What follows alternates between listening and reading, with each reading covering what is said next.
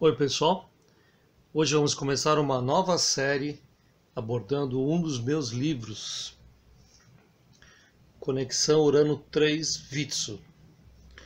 Essa série essa série que se chama Como Vitsu Poderia Saber, ela visa mostrar para vocês que neste livro, Vitsu 300 Perguntas, que também está publicado dentro do livro dos Uranianos, ok? Vitsu, comandante Vitsu de Urano, falou sobre muitas coisas que podem ser provadas, ok? E outro dia eu estava aqui e me veio isso à mente e eu falei, bom, então vamos fazer, né? Vamos fazer para mostrar para as pessoas a seriedade do trabalho dos uranianos e como ele poderia saber em detalhes coisas que aconteceram aqui entre nós, no planeta Terra da terceira dimensão. Hoje vamos abordar um tema terrível, que foi o maior, se não me engano, um dos mais terríveis acidentes aéreos, que foi o voo 447 da Air France, que caiu praticamente no meio do Oceano Atlântico, onde morreram provavelmente 228 pessoas. Uma tragédia das mais tristes, angustiantes, porque estamos lidando com vidas humanas. E sobre esse voo, eu acho que eu lancei o livro em agosto, setembro. Existia uma comoção muito grande sobre esse assunto, e dentro das perguntas que foram enviadas para mim, uma delas perguntava, né,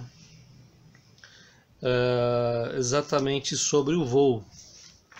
E a questão era, questão 108, das 300 que ele respondeu, você poderia nos dizer o que aconteceu com o voo da Air France que desapareceu em águas brasileiras?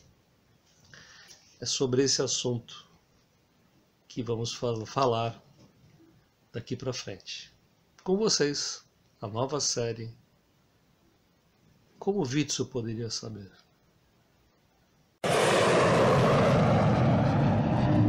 Nas primeiras horas de 1º de junho de 2009, o voo 447 da Air France, do Rio de Janeiro com destino a Paris, faz sua última transmissão de rádio. Confirmando o então 0133. Então, todo o contato é perdido.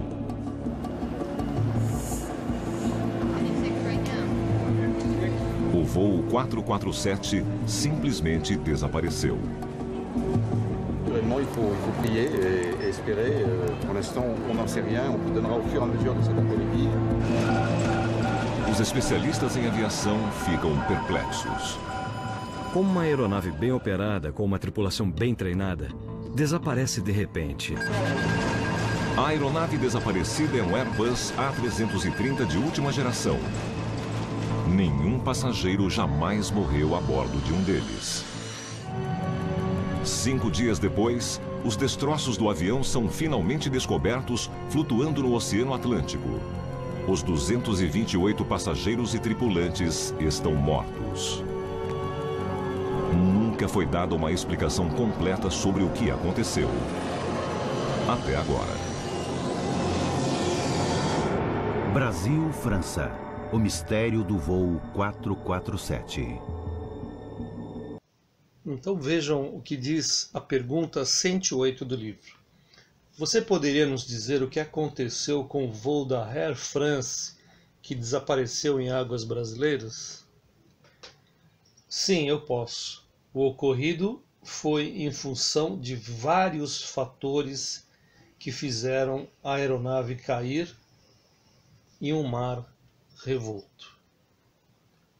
Essa é só uma partezinha da resposta. Vamos ver o que diz esse excelente documentário que fala detalhadamente sobre o evento. É muito improvável que uma única coisa derrube um avião. É o alinhamento infeliz de muitas coisas que causa um problema. Montando o quebra-cabeça, o peso e a importância de cada evidência vão ficando mais e mais claros. E é assim que se desenvolve a teoria que nos leva à verdade. Continuando com a resposta. Sua estrutura, a do avião, não aguentou o revés do tempo. Encontraram um tempo muito ruim e não levado em consideração pelos pilotos. Isso é um fato gravíssimo que aconteceu naquele voo da Air France.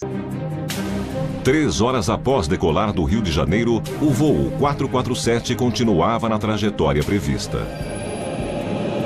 Voo 447 da Air France, confirmando o ITOL 0133, nível 350, salvo 0148. Mas a 1h35 da manhã, todas as comunicações por rádio cessaram.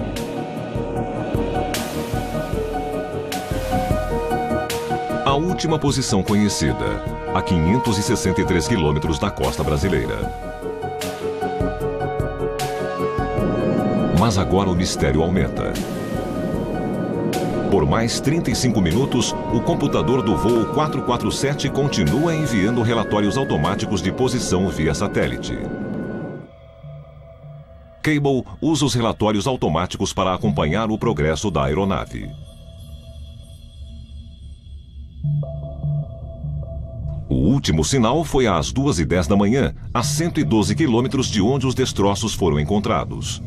Tinha uma tempestade naquela região, um sistema enorme na trajetória do voo. E bem na hora que a aeronave passou por ali. Às 2h10 da manhã, o voo 447 se aproximava de uma tempestade oceânica com 400 quilômetros de extensão. Mas este fato levanta uma questão crucial que os relatórios oficiais não conseguiram responder. Por que pilotos experientes entrariam em uma tempestade? A ideia de que um piloto entraria numa tempestade é totalmente impensável. Altamente improvável. Os pilotos ficam bem na frente do avião e são as primeiras pessoas a sofrer um acidente. Temos um grande incentivo para evitar riscos. O voo 447 deve ter entrado na tempestade por engano.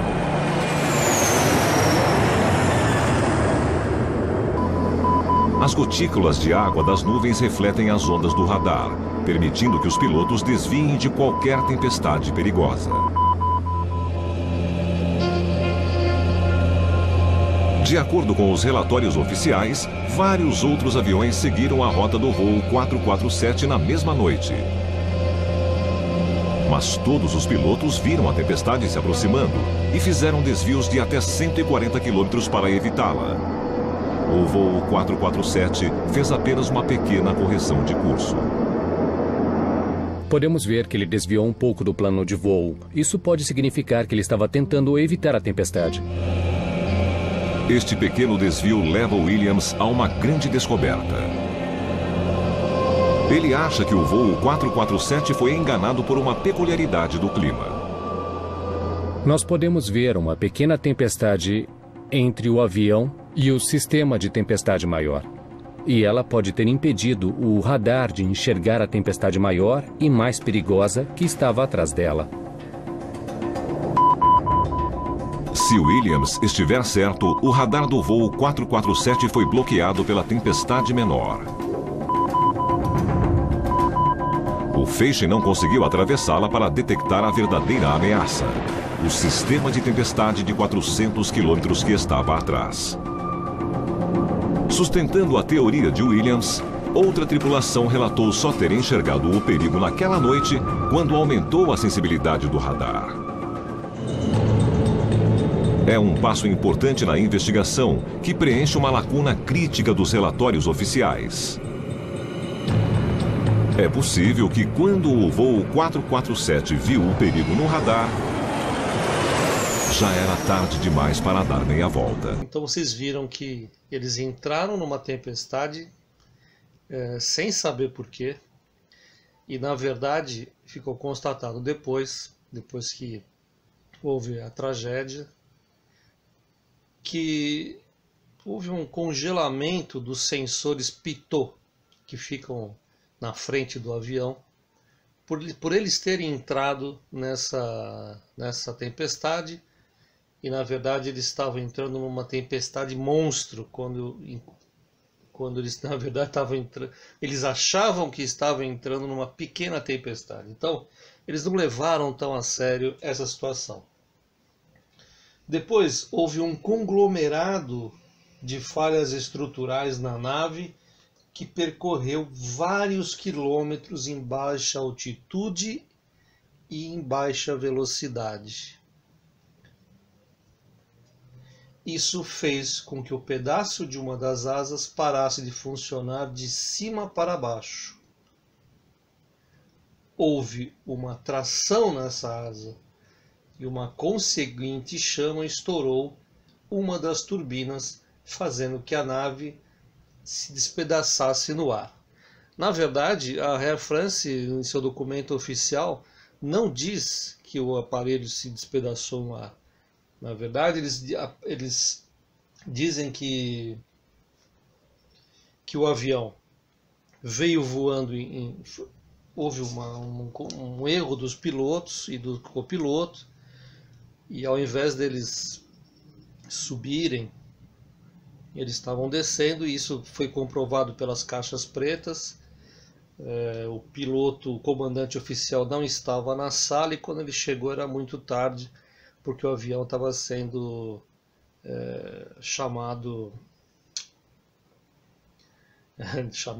dirigido pelos dois copilotos. Tá? E quando o piloto oficial voltou, já era tarde, o avião caiu. Segundo a Air France, o avião caiu na água inteiro e se despedaçou. Isso não bate com o que o Witzel diz. Não sei as implicações legais disso, se isso poderia mudar alguma coisa, o aspecto de indenização, porque o estouro de uma turbina é diferenciado, é um fornecedor diferenciado do resto do avião. Então eu não sei se isso pode ter sido modificado por causa das indenizações, tá? Mas eu continuo com o nosso querido Witzel. Vamos ver. Aquela tripulação encarou uma série de falhas quase sem precedentes, uma logo depois da outra. E se orientar em meio a elas deve ter sido muito difícil. Por que o avião está agindo assim? O que são esses defeitos? Por que todos surgiram ao mesmo tempo? Bombardeado pelas falhas, o piloto deve lidar com o problema mais sério de todos. Ele precisa manter a velocidade do avião para não perder o controle. As forças causadas pela turbulência podem fazer a aeronave estourar. Se a velocidade do voo 447 cair em apenas alguns nós, ele pode entrar na condição catastrófica conhecida como stall. A última mensagem surge alguns segundos antes de o voo 447 e seus passageiros atingirem a água. Mas o que poderia ter causado um defeito repentino em todos os sistemas automáticos vitais?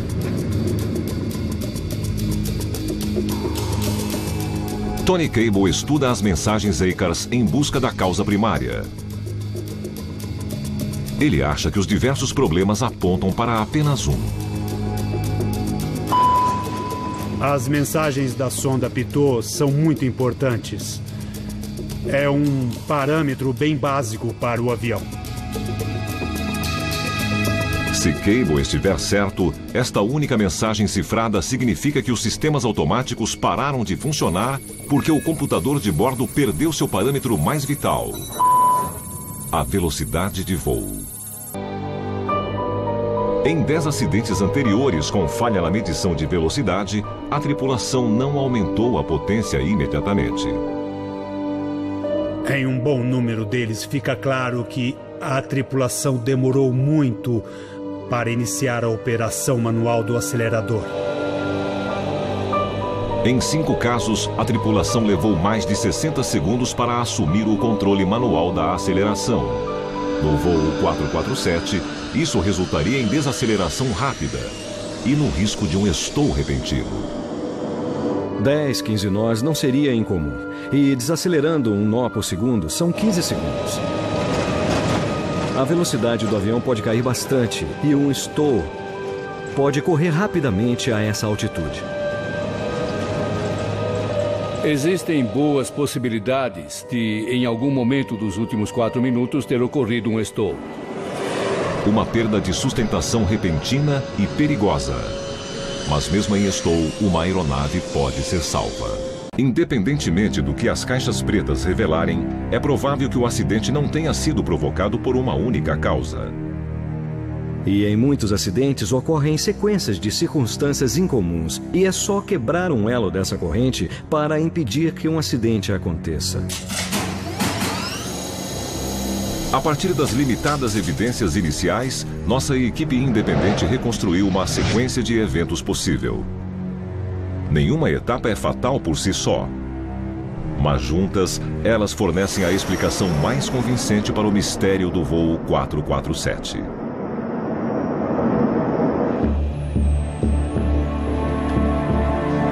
Pouco antes das 2h10 da manhã, o voo 447 entrou em uma tempestade oceânica com 400 quilômetros de extensão. Uma possível razão? Ela foi escondida do radar da aeronave por uma tempestade menor.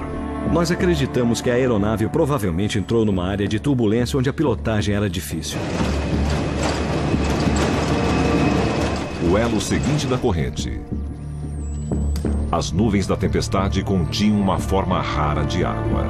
O elemento incomum nessa tempestade era a presença de água líquida supercongelada nessa camada da atmosfera.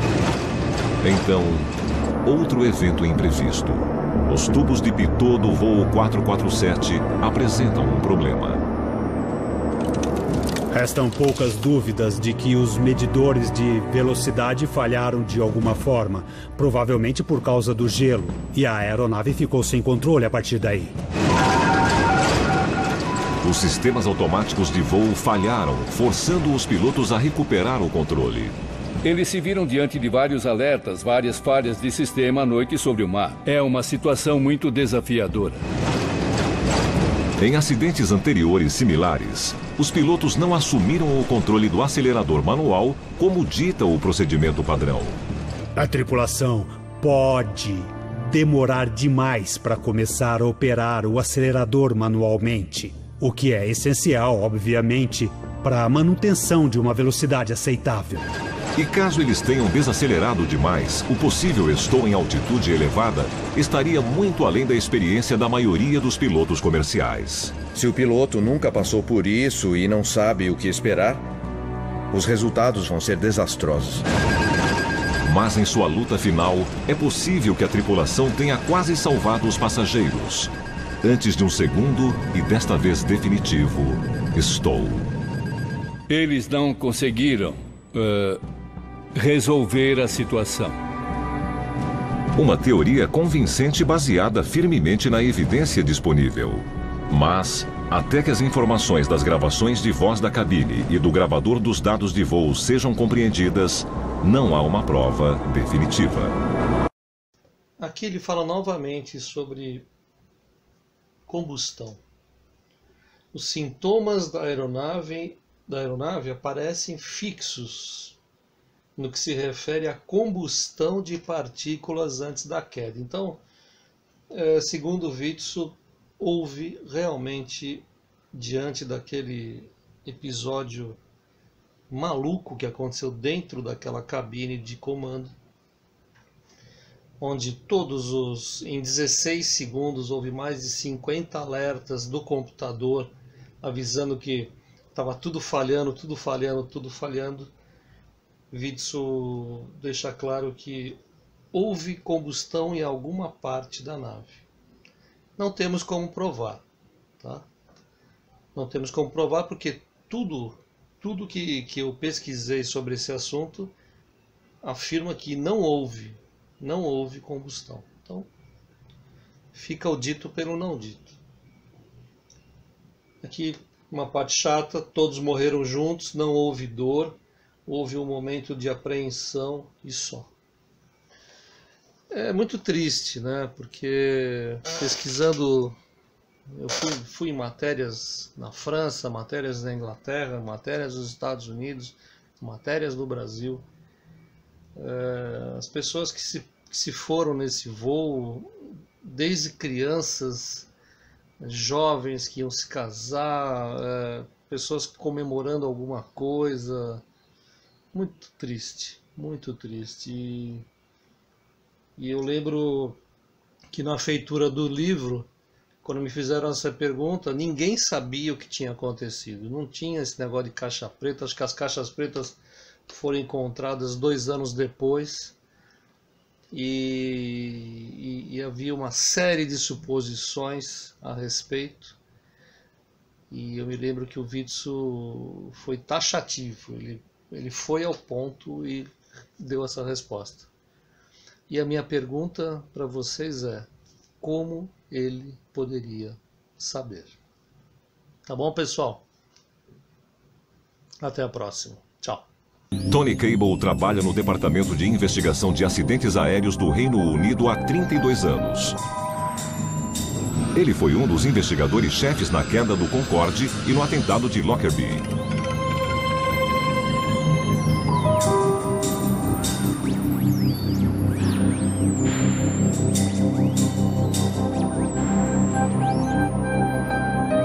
A forma normal de se investigar um acidente é examinar o local da queda e os destroços. 5 dias após a queda, o primeiro vestígio do voo 447 foi encontrado, flutuando a 1.207 quilômetros da costa brasileira. Mas a maior parte da aeronave seria encontrada a 4.000 metros de profundidade no leito do oceano. A missão de Tony Cable é extrair informações dos poucos fragmentos recuperados na superfície do mar no início das buscas. É possível, analisando os destroços, fazer muitas deduções sobre como o avião caiu e se ele se partiu no ar. Hoje, pela manhã, às 8h14, tivemos a confirmação do resgate da água de peças e corpos que pertenciam ao voo da Air France.